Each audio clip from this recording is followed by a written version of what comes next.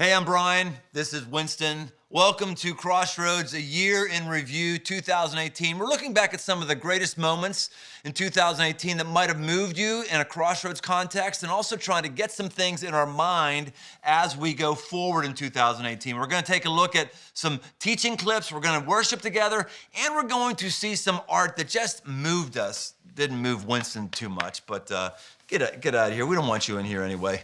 You want to pack? Maybe he does want to pack. So we're going to be looking at this beginning clip. Comes from Easter, and I just want you to sit in the truth of this. This is about no matter what 2018 looked like, and no matter what 2019 might look like, the most powerful way to go into it is to let God. This is about letting God do in us what we can't do for ourselves.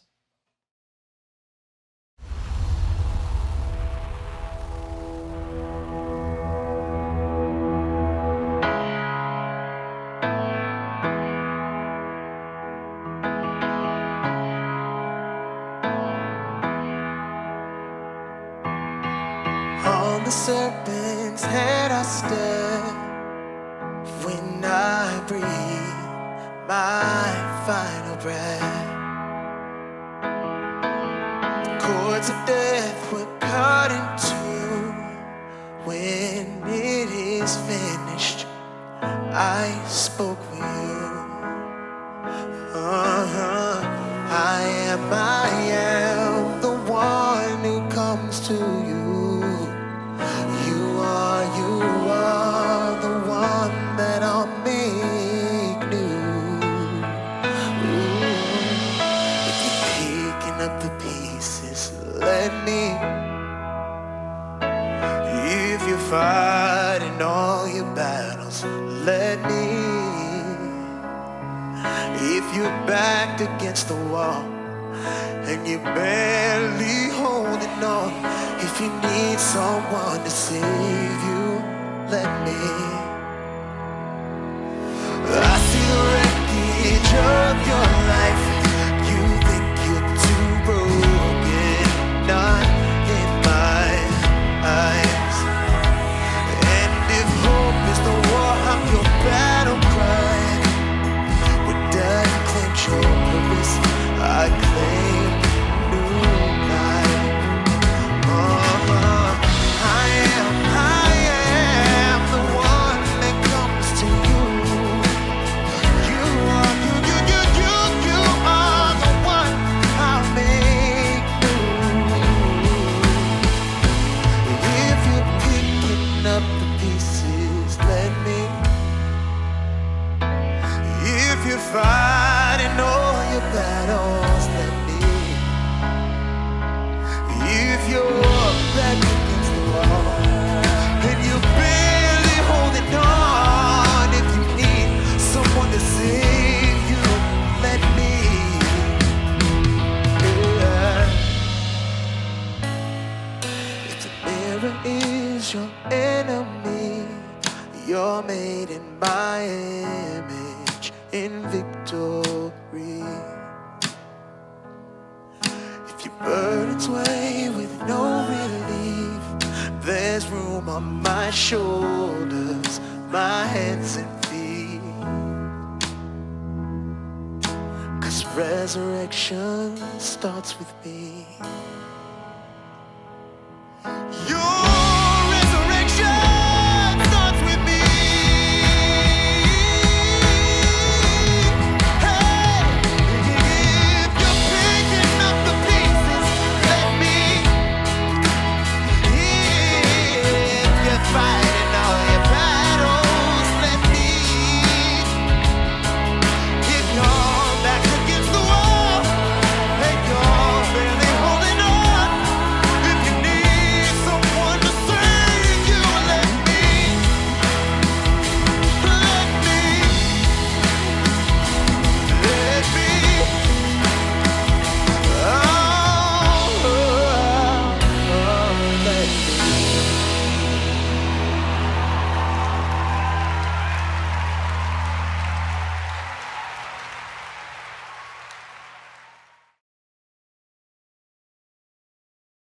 In America, we still operate by this contractual understanding with God, whether it's contracting with the God of the Bible or contracting with any other God. And our belief is, if I do this, then God should do that for me. Some of us worship our bodies. We worship our physical health. And if you want to find somebody who's really upset, find somebody who has cancer. All of us should be upset when we have cancer. But if you find somebody who's had this contractual arrangement with the God of their health, and they haven't smoked, they haven't done coffee, they work out 4 times a day or 4 times a week, they wear the right stuff, they eat organic, and then that person comes down with cancer, the worldview is detonated because I held up my view, I held up my end of the bargain, so was thoughts. So why is this stuff happening to me? And bitterness comes in. Most atheists in America that I interact with are atheists because they're bitter that the contract wasn't fulfilled by what they thought God should do. Most atheists I interact with are very angry. They're angry at the lot of life. They're angry with something that's taken place in their life because they didn't deserve it. Because I did this, and so therefore the God or gods should do this for me. But let's make no mistake about it. Every single person worships. If you're an atheist, you worship, and I'll allow atheists to speak for themselves instead of me speak for atheists. I'll just like to quote David Foster Wallace, a well-known atheist who ended his life later with suicide. Before he did that, here's what he said. In the day-to-day trenches of adult life, there is no such thing as atheism. And an outstanding reason for choosing some sort of God or spiritual type thing to worship, be it Jesus Christ or Allah, be it Yahweh or the Wiccan mother goddess or the Four Noble Truths or some infrangible set of ethical principles, is that pretty much anything else you worship will eat you alive. He's saying that if you worship Body Beautiful, it will eat you alive. It is bondage to keep yourself in tip-top physical health and expecting that God to always take care of you. If you worship at the altar of the stock market, it will eat you alive because every blip or every correction will utterly crush your identity. If you worship at the picture of Family Beautiful, the first time your child gets busted with weed, it will crush you because you thought you did everything and now this is happening. All of these false gods will let us down. In fact, any God, even the true God will let you down if you think He's bound to do certain things because of your contractual obligation to Him. One of the gods that we have in America is America. When I was telling people about this series that we were doing and setting up the premise that Rome as an ancient empire went away, and if we were into any earthly empire, it will go away. And as I explained that America is an earthly empire, it will go away. It's just a matter of time. My goodness, the blowback. The blowback I got was pretty profound. People thinking I was insulting our country, people thinking I wasn't valuing the work of our veterans.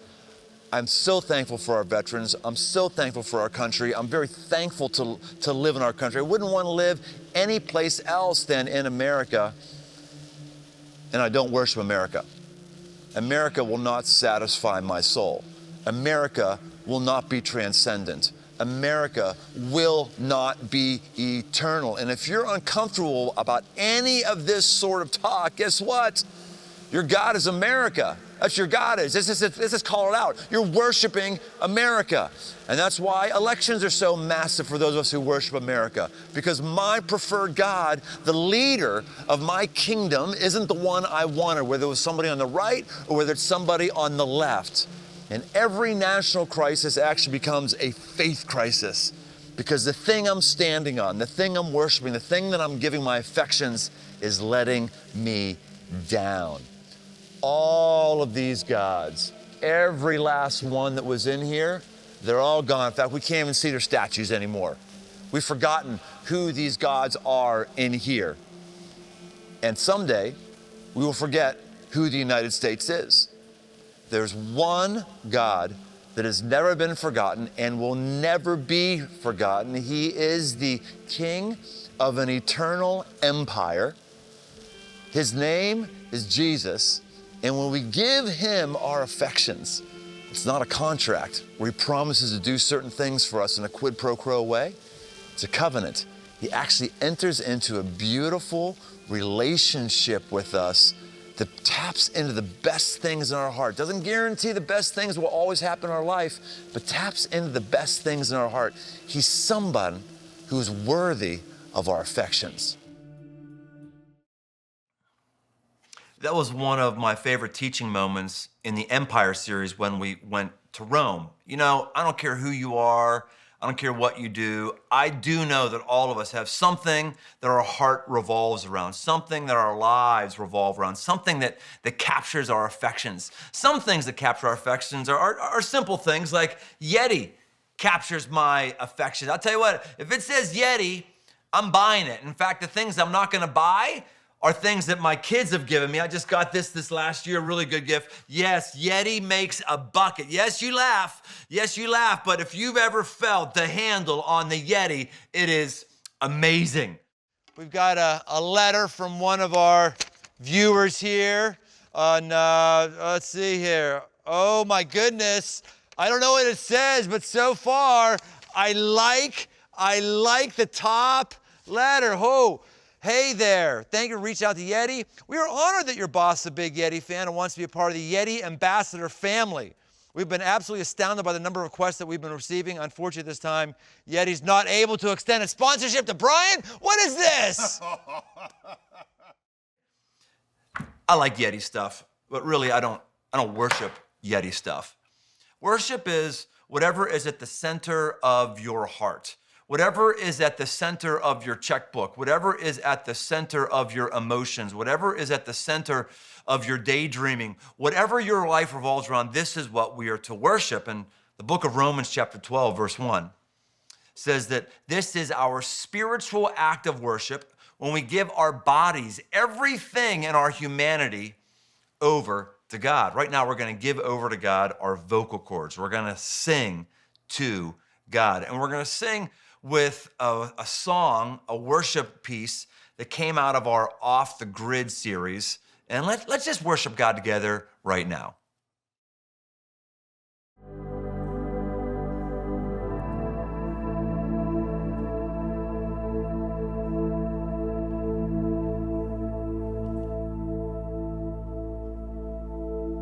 Thankful, I am thankful. When I cannot, you are able. Thankful, I am thankful. When I cannot, you are able. Thankful, thankful, I am thankful. When I cannot, you are able.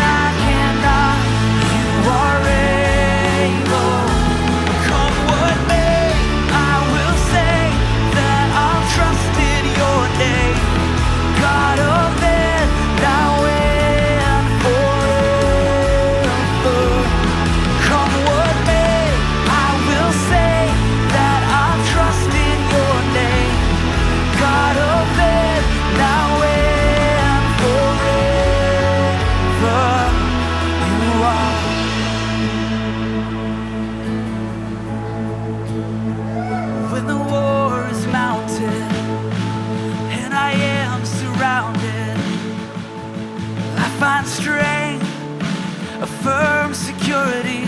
That again. When the war is mounted and I am surrounded, well, I find strength, a firm security. I find you, well, I find you, my firm security.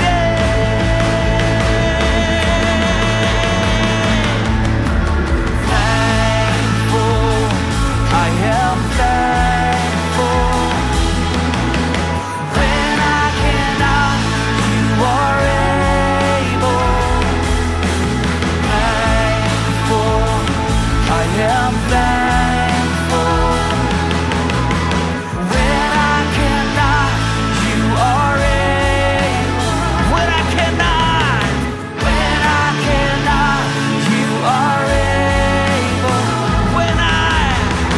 When I cannot, you are able. You are.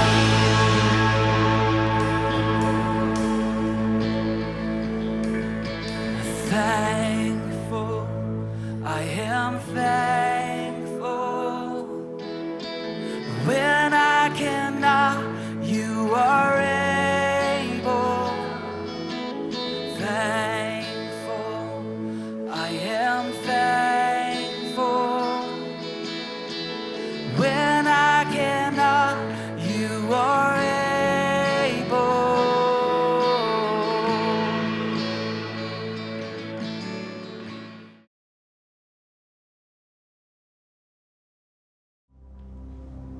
To me, the resurrection means that grace has come to rule our lives, and grace always brings hope with it. My name is Allie, and I'm a pastor on staff here at Crossroads, and every spring I watch a picture of the resurrection happen in my very own front yard as the daffodils come up in my flower beds. I know, how very girly of me to find pictures of Jesus in the flowers, but for real, I mean, these guys, they push up through the cold, nearly frozen ground into a landscape that still looks pretty committed to winter, and they just stand up straight and announce the spring. This is the resurrection. This is the moment that the grace of God pushed into our cold, dark world and announced new life, new hope, new possibilities. For most of us, it doesn't take a lot to look around and see the winter. We know that we live in a place that is dominated by death, by brokenness, and we live truly in winter. The Bible clearly explains this, saying that while we're born physically alive, we're actually born spiritually dead. From the first breath that you took, you were born dead. All of us together, one big family of the human race, barreling toward death, totally mastered by sin. But there is hope. And that hope is buried in a tiny little word called grace. Grace brings us something radical. Grace showed up in the resurrection, and it delivers to us one of the most astounding things I have ever heard, and that is the chance to be resurrected into the family of God right now, with all the hope that it brings. I want you to hear how Ephesians describes this moment. Because of his great love for us, God, who is rich in mercy, made us alive with Christ even when we were dead in transgressions. It is by grace that you have been saved. By what? By grace. When you were dead, you were made alive by grace. That is hope. When you accept that you are dead and the death and resurrection of Jesus is the only way to life, that is the moment that grace begins to rule over your life. That's actually the moment of your own resurrection. Few of us know this. Even fewer believe it. Even fewer have the guts to really lean on this when everything looks like winter. But when grace starts to rule, hope, healing, restoration all become the new normal, and grace starts to do the job that grace came to do. The job of grace is to push in to the dark places that need hope and just explode them into light. That is the job of grace, and grace could not care less about its surroundings. The winter means nothing to grace. It doesn't matter how cold, how dark, how messy. Grace will bring new life. Too many of us respond to this offer of grace exactly like the people that saw the living Jesus resurrected. There were a number of people that saw him, and most of them responded in one of a few ways. They were either terrified, they were paralyzed in their own doubts, or they were absolutely just rejected it. And this is what we do. We don't even have a grid for being ruled by the power of grace. Instead, we just agree with our winter. And we stiff-arm God, and we stiff-arm the work of grace in our life. I was in an Easter service a couple of years ago, and it was the moment, right? It was the light was shining, and Jesus was resurrected, and I was just sitting there, not really feeling it, and I heard one sentence. One sentence started to echo in my heart and mind, and it was, "You're living like I'm still in the tomb. You're living like I am still in the tomb." Jesus is not in the tomb. He's been resurrected, and the power of grace has offered us the chance to be resurrected too. Man, I thought Allie did great this last Easter. In fact, I thought she did great all year. She really upped her game as a teacher this year, just bringing the heat.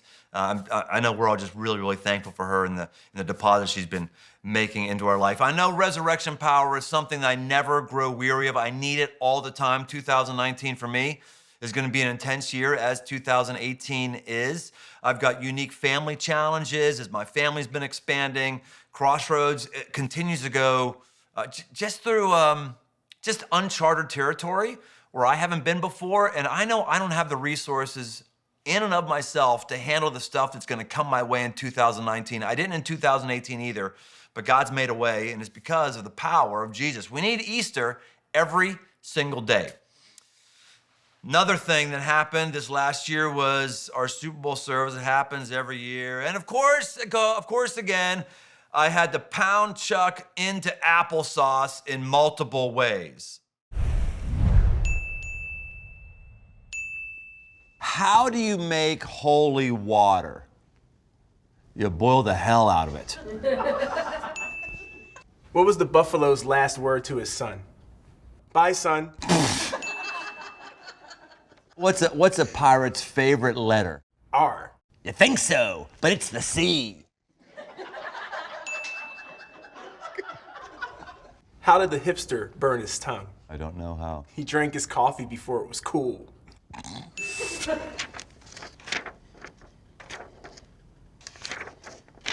There's just too many black stereotypes.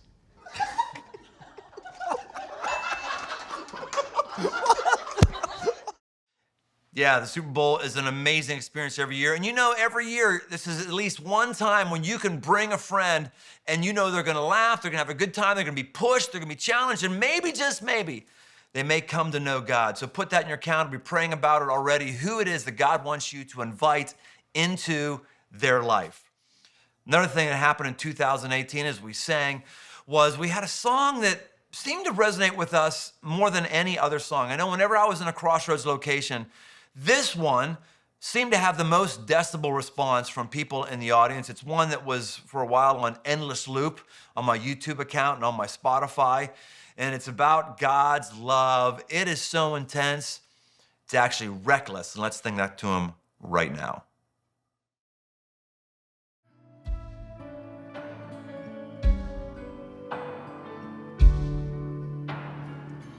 Before I spoke a word, you were singing over me. You have been so, so good to me. Before I took a breath, you breathed your life in me. You have been so, so kind to me. Let's do that again.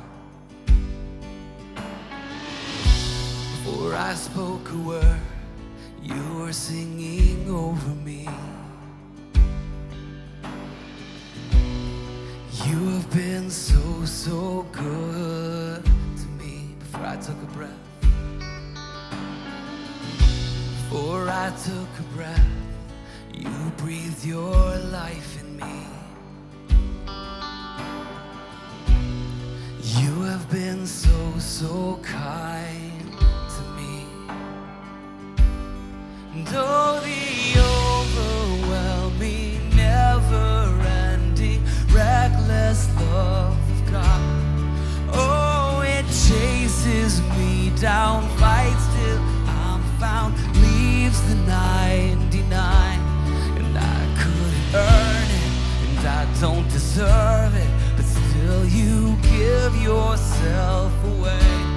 And oh, the overwhelming, never-ending, reckless love of God. Yeah.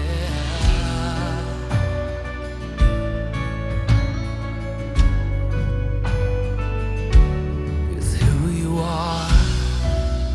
It's who you are.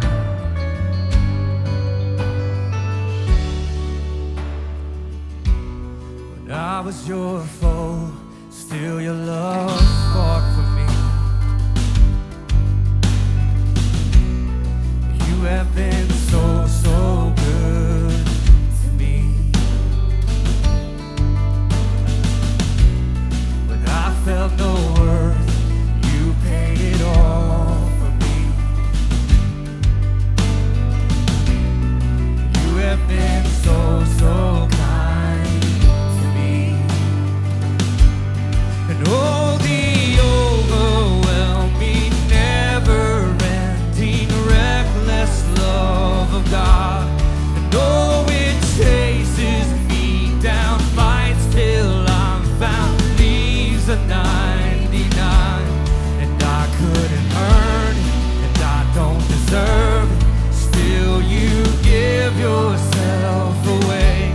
And oh, the overwhelming, never-ending, reckless love of God.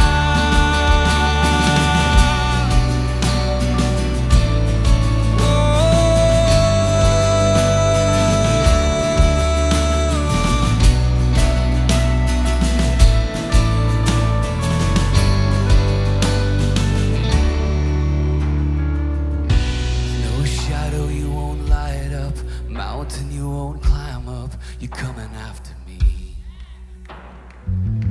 There's no wall you won't kick down, lie you won't tear down, you're coming after me. There's no shadow you won't light up, mountain you won't climb up, you're coming after me. There's no wall you won't kick down, lie you won't tear down, you're coming after me.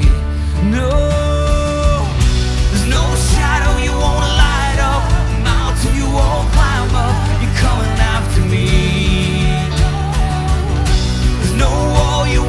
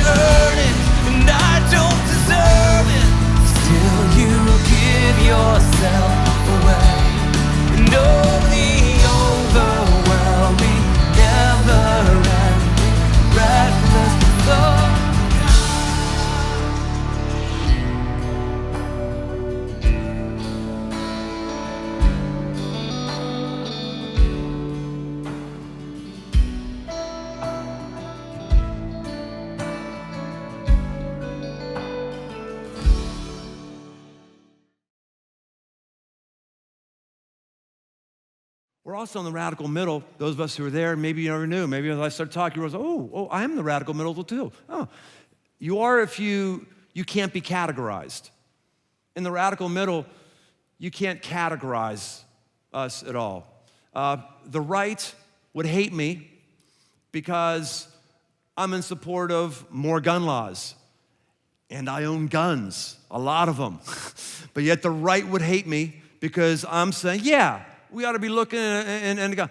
The left would hate me because I would say an unborn female fetus is as valuable as a 40-year-old woman is.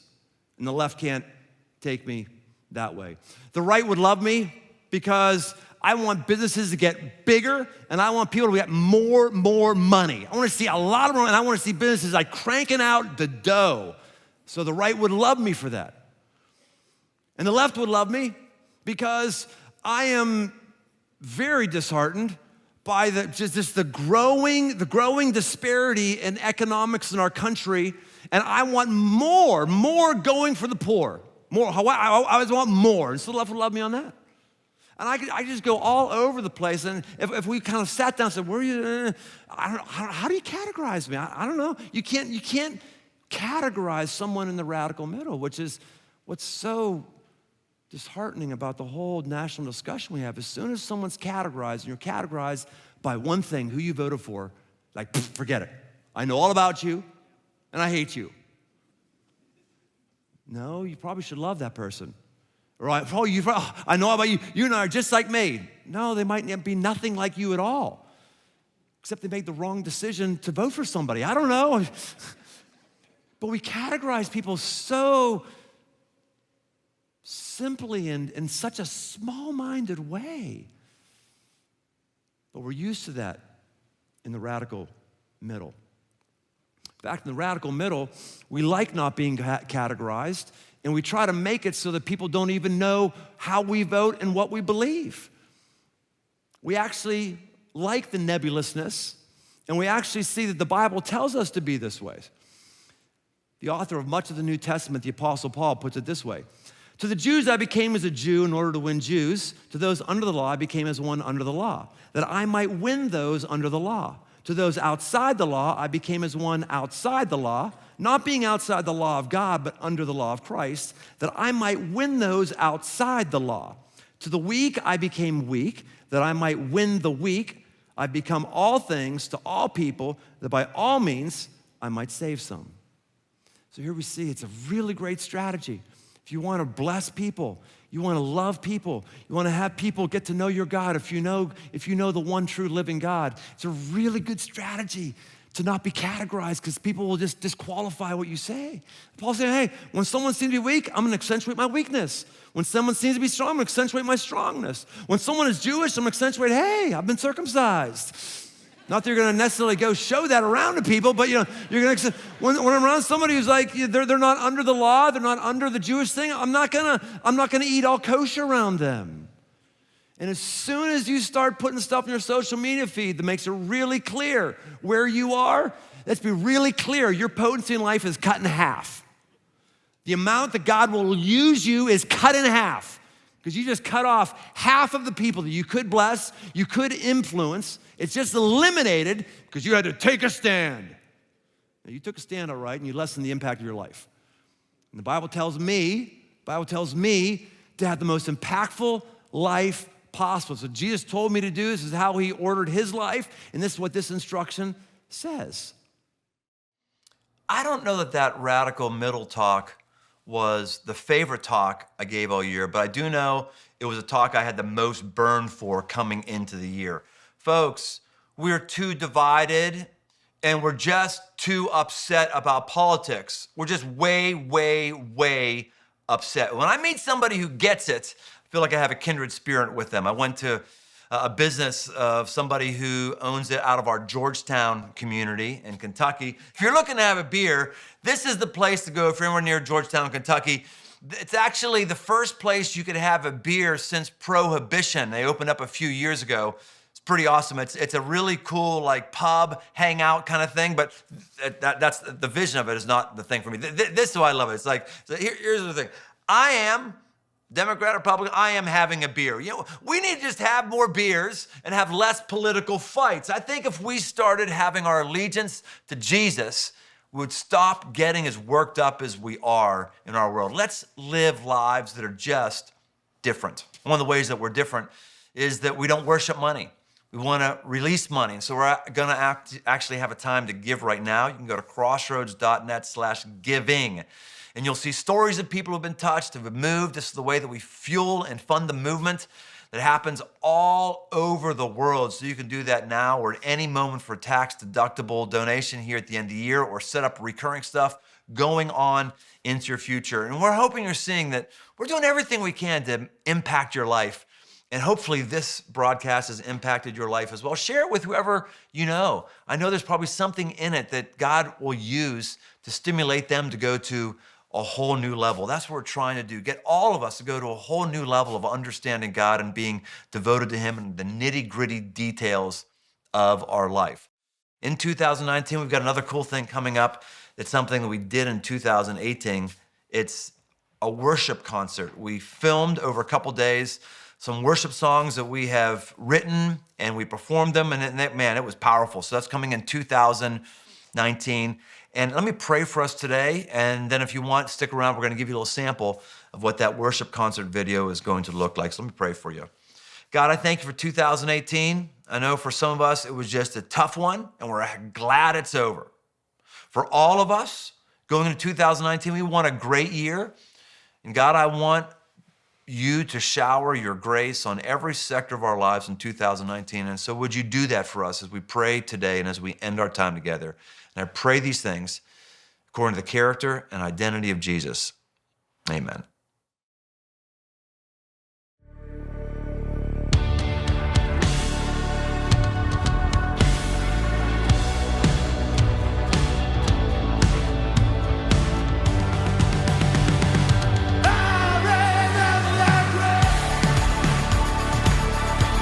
Out of the darkness into your glorious day.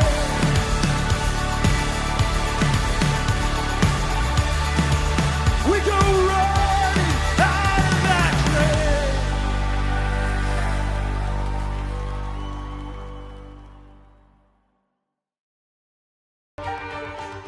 The new year approaches. This is your moment. Transform your mind. Secure your weapon. Hope, a powerful strength that sustains the mind, body, and soul. Except this year, actually do it. As your mind goes, so goes your life. Make 2019 a year of the new mind.